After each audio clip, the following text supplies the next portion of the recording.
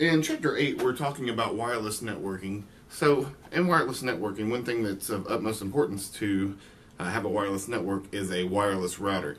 So this is a wireless router. We can get some basic information off of this. We can see that this is a wireless G router, so this is a little bit older. But the way this would work is there would be an incoming port here, and you could use this as a switch. You could have outgoing wired connections to go to maybe devices that you wanted to be wired, and then your wireless signal would go through these antenna. So every wireless device has an antenna. Some of the newer devices you won't see the antenna, but they're in there. They're just hidden just for aesthetics. You can get different signals based on the different types of antenna. You can get different frequencies. The higher the frequency, the faster the data can go, but the less distance. So high frequency, if we're thinking about our analog waves, we go up and down really fast. We can get more data in there, but we can't go as far. Lower frequencies, where we're doing a slower wave, we can go further, but we can get less data, less throughput. So we'll look at that in the next quick video, where we're looking at some of the possible problems with wireless, such as attenuation and interference. So, alright, thanks. Hey, Professor Yerby back again. In this part of the video, I want to talk about different types of signal degradation or signal propagation. So there are different technologies. There is line of sight technology that's usually infrared. That'd be something like your traditional remote controls. Infrared is not a very good technology to use for networking because it does require that line of sight. So things have to line up directly. The next thing is reflection. So if I'm sending a signal out from my wireless transceiver here, from my wireless router, it's got to go, and there's different things that'll bounce off of. So depending on, I've got a bunch of books in this shelf. Say this was full of all sorts of equipment that would cause a lot of bouncing of the signals, and it could cause the data to not be able to go through as well as it could if it was just a big wide open space. The next thing is diffraction. So diffraction is looking at how wireless splits into different waves, and it encounters obstructions. So kind of similar to what we're talking about with reflection, where signals bounce off of each other. This is just things trying to go through the walls, trying to go through chairs, trying to go through a warehouse that we looked at the very beginning of the semester, where we set up a wireless solution for a warehouse. So those are different ways of signal propagation. Thanks. Okay, in this part we're going to quickly talk about signal degradation. So the ways that signals degrade. So think about when a signal comes out of our wireless router here, it's a nice, clean, good signal. As it has to travel distances before it's received somewhere else, the signal is going to get weaker. The further it has to go, the lower the throughput, the lower chance that our original signal is going to get there. You can also have interference from things like lighting, especially a lot of the office lightings. That's the fluorescent lighting. Yeah, so fluorescent lighting can sometimes give off a signal that can degrade your wireless signal. So yeah, that's it. Hey, so in this part we're talking about frequency ranges. So in the very first module I talked about we can get more data when we have a higher frequency. So when we've got more lines going on our frequency, I'll try to put up an animation somewhere here next to my head. But when we have more higher frequency, we can put more data. The give for that is we can go less distance. So we can go more distance when we have a slower wave, right? So what you'll see in a lot of the new routers is we want the best of both worlds. So we want that high data throughput, we want that high speed when possible, but we also want it to get from this end of the house to the other end of the house. So you'll see a lot of the newer routers that do both 2.4 gigahertz as well as it'll be listed as 5 gigahertz. It's really going to be like 5.3, 5.4, 5.5. So you'll see a lot of the newer routers, they'll do dual band, right? And then the other thing with our 2.4 gigahertz frequency, you'll have the most interference on that one. So when your microwave's running, it can interfere with it.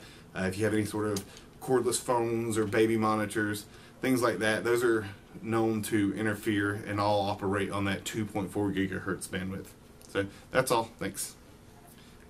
In this part, we're going to talk about wireless local area networks. So we're pretty familiar with local area networks and what they entail, where you have several clients and they're sharing some sort of connection, they're networking together, they're connected. So the way that you can do wireless LANs is you can do what's called an ad hoc mode, where every computer allows something to connect to it.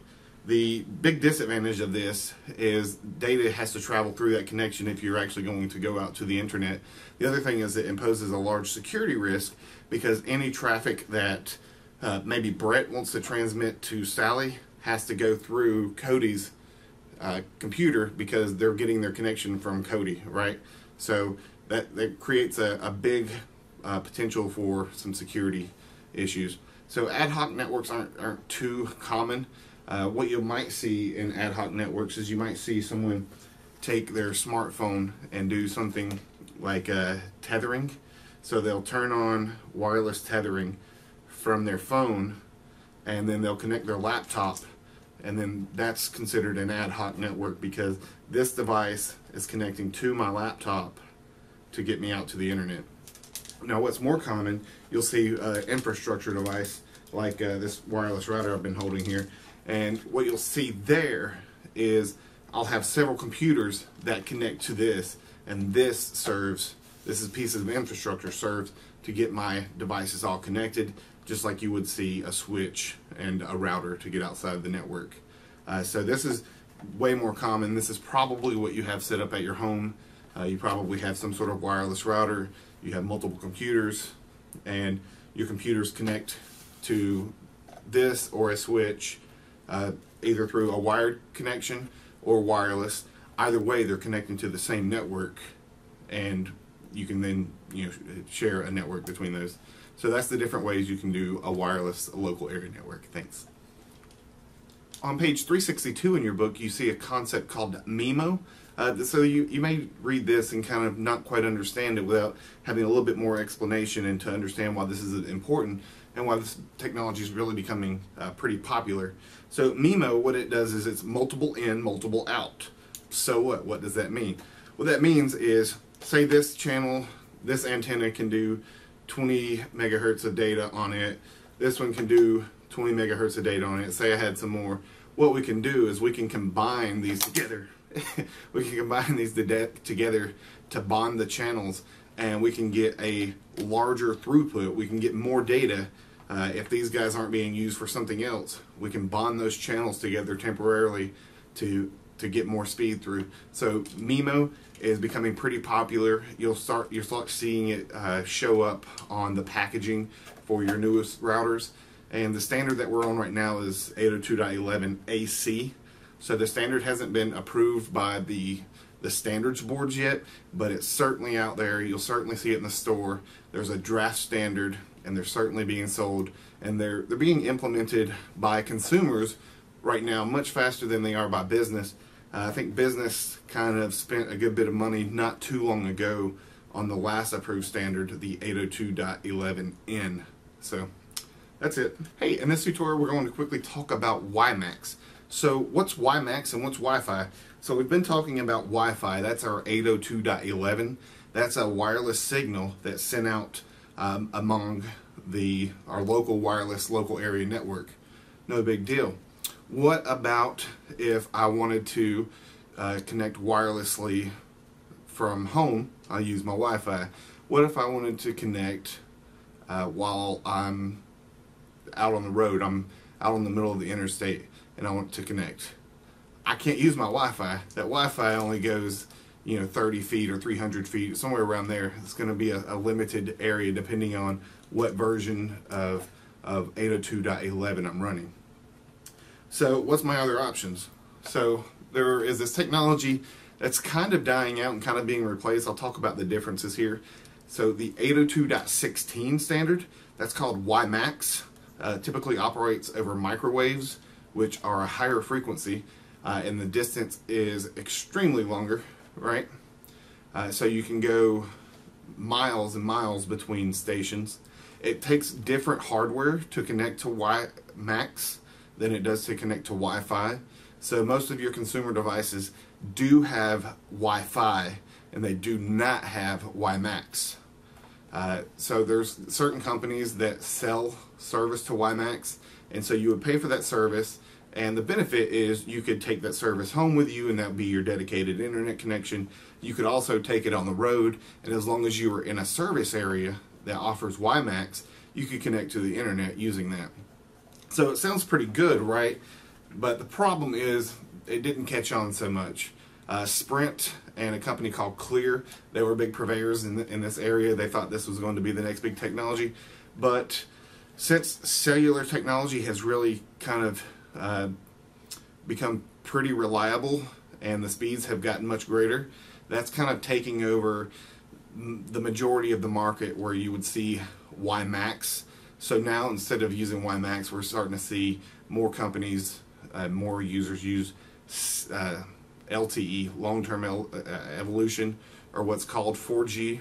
It doesn't meet those 4G standards set by the standards boards, but it's what's marketed as 4G. So to kind of recap, we have Wi-Fi that's going to be used locally, WiMAX, it's a technology that could be used in large areas, usually offered by a company Clear in Georgia. It's not available in the Macon area. It was available in Atlanta and Milledgeville at some point. I'm not sure if it's still out there. And then the third option that's becoming more popular is LTE, and that's offered by your cell phone companies like Verizon, AT&T, Sprint, and T-Mobile. The caveat with that one is those companies are starting to cap data and charge for overages, or they're starting to tether data after you go past so many gigs of data per month. So those are the different options to consider to have your wireless connection. Thanks.